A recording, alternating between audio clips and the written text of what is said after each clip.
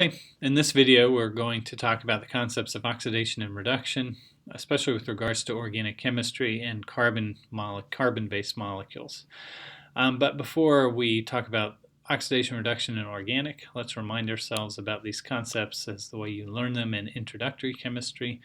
And oftentimes you looked at oxidation reduction with redox reactions and electrochemical cells.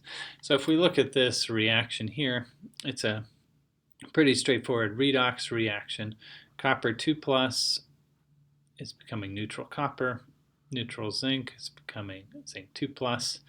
Now pause the video here if you need to and try to identify whether copper 2 plus is being oxidized or reduced and whether neutral zinc is being oxidized or reduced in this reaction.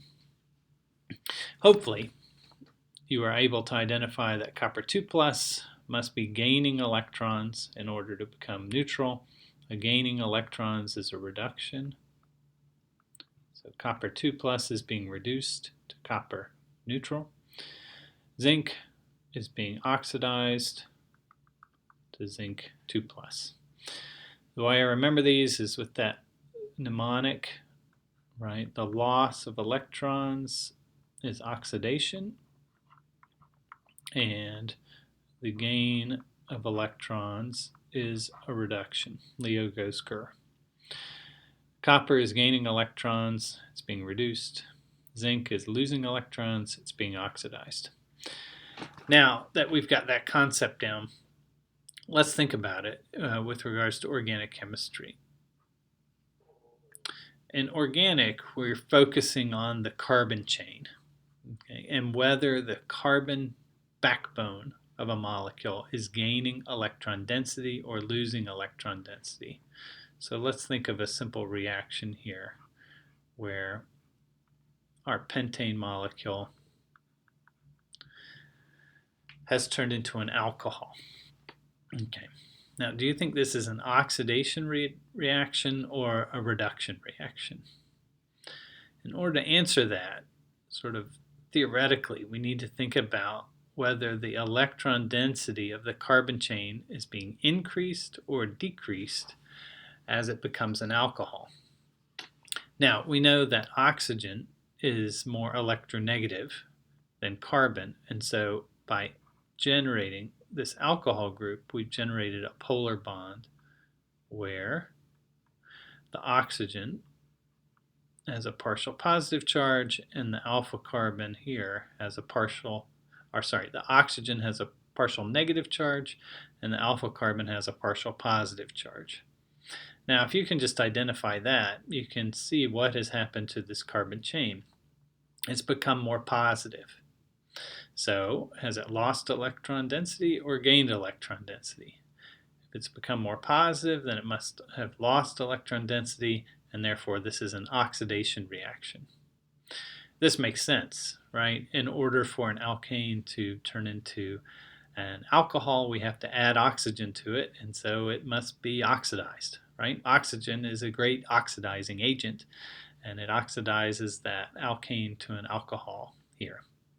So really, when we think about focusing on this carbon chain and asking whether the carbon chain has lost electron density or gained electron density, really we can count how many carbon-oxygen bonds are present in a molecule to determine how oxidized it is.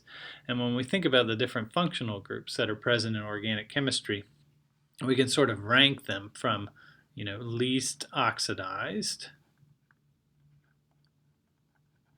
to most oxidized, and the way we've ranked these is primarily based on how many carbon-oxygen bonds are present. The more carbon-oxygen bonds that are present, the more electron density is being removed from the carbon chain by the oxygen, and the more oxidized that carbon chain is.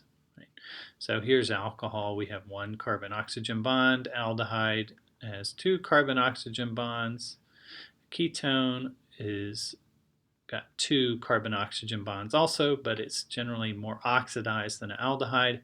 Right? If we think of this hydrogen here, it's not going to be pulling electron density. If anything, it's going to be pushing more electron density onto the carbon, and so this sort of counteracts some of the carbon-oxygen bonds. That carbon-hydrogen bond is lacking in the ketone, and so it's more oxidized. Carboxylic acids have 3 carbon-oxygen bonds, and then carbon dioxide has 4, the most oxidized, right? The carbon in carbon dioxide has lost a lot of electron density, being yanked away through inductive effects by the oxygens here. Therefore, it has lost electrons. It's very oxidized. And we can visualize that with a couple molecules here. Here's simple pentane, a boring alkane, non-functional. And if we sort of map out an electrostatic potential map, looking at the electron density in this molecule, we can see it's pretty evenly distributed, the electron density, right? This is a good illustration of why alkanes are not that reactive, right? Except in maybe combustion reactions or with radical reactions. There's really no differences in electron density in the molecule.